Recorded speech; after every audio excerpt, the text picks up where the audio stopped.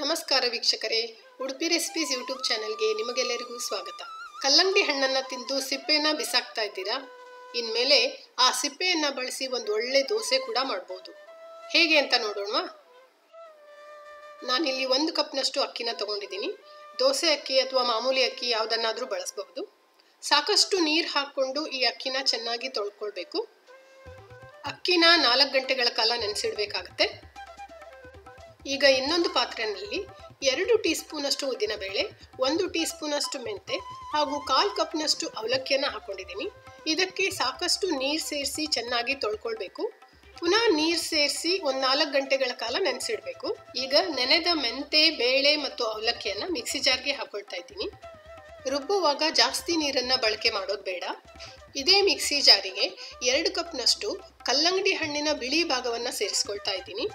ಹಣ್ಣಿನ ಸಿಪ್ಪೆ ತೆಗೆದುಬಿಟ್ಟು ಕೇವಲ ಬಿಳಿ ಭಾಗವನ್ನು ಮಾತ್ರ ಸೇರಿಸಬೇಕು. ನೀವು ಇದನ್ನು ತುರಿದ್ಬಿಟ್ಟು ಕೂಡ ಹಾಕ್ಕೊಳ್ಬೋದು. ಎಲ್ಲವನ್ನು ನುಣ್ಣಗೆ ರುಬ್ಕೊಳ್ಬೇಕು. ರುಬ್ಬಿದ ಈ ಮಿಶ್ರಣವನ್ನು ಒಂದು ಪಾತ್ರೆಗೆ ಸೇರಿಸ್ಕೊಳ್ತಾ ಇದ್ದೀನಿ. ಇದೇ ಮಿಕ್ಸಿ ಜಾರಿಗೆ ನೆನೆದ ಅಕ್ಕಿಯನ್ನು ಕೂಡ ಸೇರಿಸ್ಕೊಳ್ತಾ ಇದ್ದೀನಿ. ಗಮನಿಸಿ, ಅಕ್ಕಿಗೂ ಕೂಡ ಕಡಿಮೆ ನೀರನ್ನು ಬಳಸಬೇಕು. ಕಲ್ಲಂಗಡಿ ಹಣ್ಣಿನಲ್ಲಿ ಜಾಸ್ತಿ ನೀರಿನ ಅಂಶ ಇರೋದ್ರಿಂದ ಹಿಟ್ಟು ನೀರಾಗುತ್ತೆ.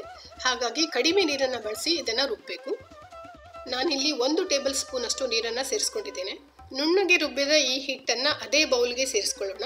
2 ಹಿಟ್ಟನ್ನು ಚೆನ್ನಾಗಿ ಮಿಕ್ಸ್ ಮಾಡಿ 8 ಗಂಟೆಗಳ ಕಾಲ ಹುದುಗಲಿಕ್ಕೆ ಬಿಡಬೇಕು. ದೋಸೆ ಹಿಟ್ಟು ಈ ಹದಕ್ಕೆ ಇದ್ದರೆ ಸಾಕಾಗುತ್ತೆ. ನೀರು ಬೇಕಿದ್ರೆ ಆಮೇಲೆ ಹಾಕ್ಕೊಳ್ಬಹುದು. ಹಿಟ್ಟು ಚೆನ್ನಾಗಿ ಹುಳಿ ಬಂದರೆ ದೋಸೆ ತುಂಬ ಮೆತ್ತಗಾಗಿ ಬರುತ್ತೆ. ಹಾಗಾಗಿ ಬೆಚ್ಚನೆಯ ಸ್ಥಳದಲ್ಲಿ ಈ ಹಿಟ್ಟು ಸುಮಾರು 8 ಗಂಟೆಗಳ ಕಾಲ ಹುಳಿ ಬರಲಿ. ನೋಡಿ, ಹಿಟ್ಟು ಚೆನ್ನಾಗಿ ಹುಳಿ ಬಂದಿದೆ. ಇದಕ್ಕೆ 1 ಟೀ ಸ್ಪೂನಷ್ಟು ಉಪ್ಪನ್ನು ಸೇರಿಸ್ಕೊಳ್ತಾ ಇದ್ದೀನಿ. ನೋಡಿ, ಹುಳಿ ಬಂದಿರೋದು ಗೊತ್ತಾಗ್ತಾ ಇದೆ. ಚೆನ್ನಾಗಿ ಮಿಕ್ಸ್ ಮಾಡ್ಕೊಳ್ಳಿ. ಹಿಟ್ಟು ಒಂದು ವೇಳೆ ದಪ್ಪ ಅನಿಸಿದರೆ ಈಗ ನೀರನ್ನು ಸೇರಿಸ್ಕೊಳ್ಬೋದು. ಬಿಸಿ ಕಾಲಿಗೆ ಈ ಹಿಟ್ಟನ್ನು ಸುಮಾರು 1 ಸೌಟಿನಷ್ಟು ಅಥವಾ 1.5 ಸೌಟಿನಷ್ಟು ಹಾಕಿ ಸ್ವಲ್ಪ ದಪ್ಪವಾಗಿ ಹರಡಬೇಕು. ಈ ದೋಸೆನ ತುಂಬ ತೆಳು ಮಾಡೋದೇನು ಬೇಡ. ದೋಸೆ ಮೇಲೆ ಕಣ್ಣು ಬೀಳೋದನ್ನು ನೋಡಬಹುದು ನೀವು. 1 ಟೀ ಸ್ಪೂನಷ್ಟು ತುಪ್ಪ ಅಥವಾ ಎಣ್ಣೆಯನ್ನು ಹಾಕಿ ಕೆಲವು ನಿಮಿಷಗಳ ಕಾಲ ಬೇಯಿಸಿ.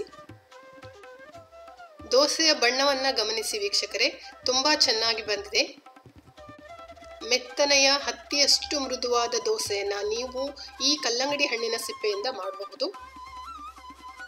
ಈ ಕಲ್ಲಂಗಡಿ ಹಣ್ಣಿನ ಸೀಸನ್ನಲ್ಲಿ ಈ ದೋಸೆನ ಒಂದು ಸಲ ಖಂಡಿತವಾಗಿಯೂ ಪ್ರಯತ್ನಿಸಿ.